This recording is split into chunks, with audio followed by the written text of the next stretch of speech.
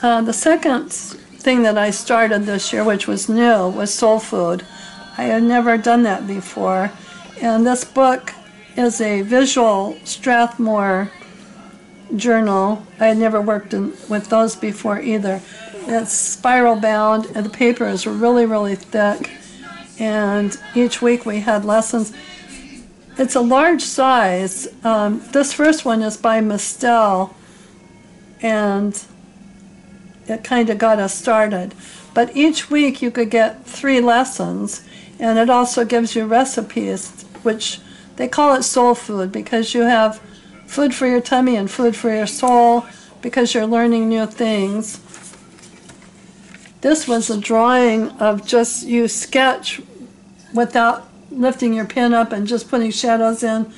Not something that I was familiar with or learned easily. This one is layers and layers to make our cake. I thought that was a fun project. This one is a little storybook, and mine is the owl and the pussycat. It's very heavy paper, and we painted, we cut, we folded, and the owl and the pussycat went to sea. The whole story is on the back, but that was a fun project, and a story that I hadn't heard since I was a little kid, a long time ago. This lesson, we wove papers to make, this is kind of like a sunset on a quilt, and then we could decorate it. I think the suggestion was to put a tree here with the sunset and the quilting behind, but I didn't have a tree. So I just put these leaves and I made a sun, and this is to kind of show the different colors that they weave together, and then I added flowers and whatever. These were really fun. We used gesso on the paper, and we used, I don't even remember what it's called, but a special paint that when you start painting, it's gold, but it turns to blue. And we did little birds, and I found this picture in a fairy tale book that I have, and I just liked it so much. It was the old man tree talking to the frog in the moonlight. And these are a few more that I did. You know, a process, again, that I had never done before, and probably should go back and revisit. This one was just a portrait. Not sure what the deal was. Some of these get real ugly because, okay, this is one that, it was pastels. My very first pastel that I ever did. But what I ended up doing is putting some coating on it. And I've since learned that you don't put coating on pastels. Everything stuck to it. So she looks like she's got whiskers and all kinds of good stuff. But the original drawing was pretty good. It was just the material I had never worked with before. So I did spray it and I put stuff on it, so hopefully it won't get any worse. And then this is something that I was working with in another class. It was studying under the masters, and I didn't have a dedicated book for that class, so I put her in here. These are more soul food. We have lots and lots of different teachers, and this was a really fun project of the man in the tree with the birds and the moonlight and everything. This one Ayala Art taught, and it's put a hat on it. So it's like a party, have a party and put a hat on it. This one is koi fish. And this was a long process of adding colors upon colors and splatters, and to make it look more like water. There's sprinkles, and you know, it was a fun lesson. This one was really fun too. We used papers, we used cutouts, we painted the whole background, And then we went back and put black borders around to really make it pop. This one we cut our own stencils and masks, and then just kind of made a 4 square on the page, and then decorate each quadrant. This one was not in a class, but it's number 10, so I did a face a day in February and in September, which got me kind of hooked.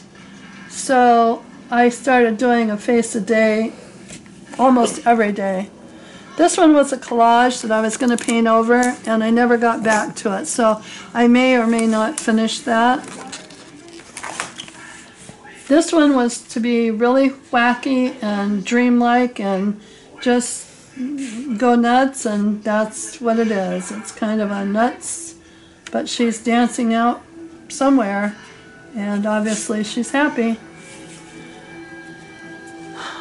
This is another lesson that I don't even remember the techniques, but I know we used stencils and bright colors and paint. And I think it was supposed to be more iridescent, where you could almost see the skin glow. I don't know if I succeeded too much on that one, but it was fun. And then this was a double spread of just make graffiti art. Just cut out stuff and glue it down and try and, be silly. And it has so much matte medium over the top that it really got sticky. I'm not sure how I fixed it, but I had to work with it so that they would even open up again. This one, I don't know, people probably recognize Mitzi, her fabulous art of weirdness. I love her so much, and she was our instructor on this one, where you just paint and play and stencils and ink and whatever, and then we got to make these fabulous, funny little people that, they're just fun. I really had a ball doing that. And this one, I don't know if you can see the texture and the shine. This was another process that I had never done before. There's layers of paint, and then each of these flowers are torn out pieces of tissue paper, cardstock. This one I can tell is a punch. And you glue them all down, and you stick them all together, and you add some more paint for leaves and whatever. And then you put this coating of glass, and it kind of crackles, and it does look like glass. There's a lot of texture and a lot of weight to it. So this might be a good project to put on a canvas, not in a book. But didn't know until I tried. This one we did with these fancy little hats and the flowers around it. And there's writing and text and all the texture underneath, which kind of comes through her face. But I guess that's kind of what makes it cool. And this one I really loved. It's an angel that we did with book paper. Excuse me.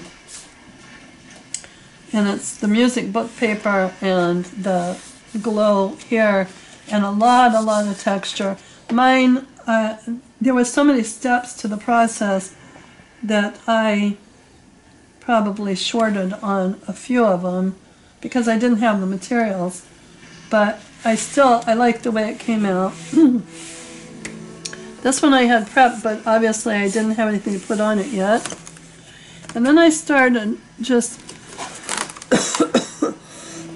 excuse me, finishing out the book with my studying under the master's class, because I had this book, I was doing faces, and so this first one here is Frida, and this is Frida from a photograph. This one I believe is from a painting, so I did a painting of a painting. This one is a painting from a photograph. And then I just have random paintings. And this one I liked a lot until because I paint late at night, or I draw late at night. I post it on Facebook in my groups, and I come back and look at it later, and I go, oh my gosh, her hand is about twice as big as her head. And I thought, that's kind of freaky. And I could go back and redo it. I should go back and redo it, but I don't think I'm going to go back. And this one, she's peaceful, she's sleeping, she's sleeping. And then this is something that I sketched, and again, out of proportion. I never went back and painted it. It's one that I did real recently. This lady was holding a dog, but mine looks more like some kind of puppet monster. I'm not sure what I'll do with her. I may paint it, but I have learned that if I just put some acrylic paints down on the background, then I have something to start working with besides the blank page.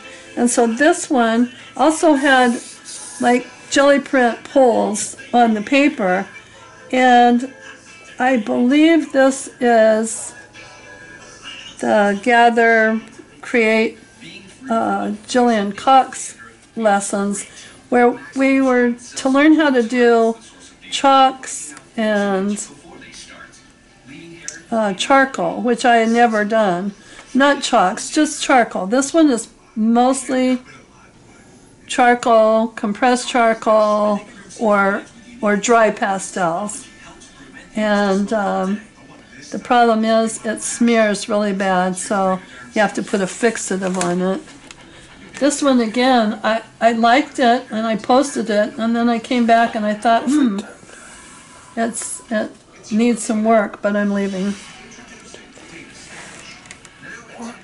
And this one is kind of a far out fashion statement.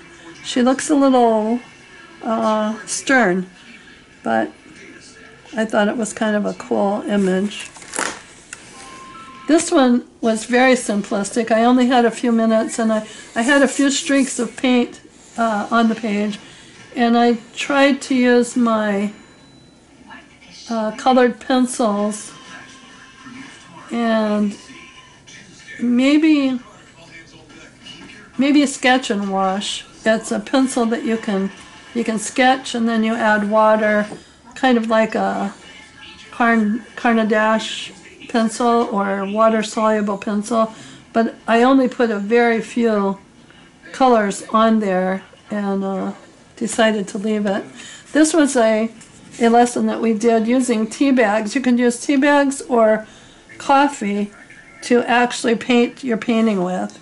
And another thing that I had never done, which turned out to be a lot of fun, and because I'm a beeman, I own this little teapot that has bees all over it, and I thought she should be coming out of the Beeman coffee or teapot, and she's got her cup as her hat, and she's got sugar, and that's, I'm sure, why all the bees are hanging around.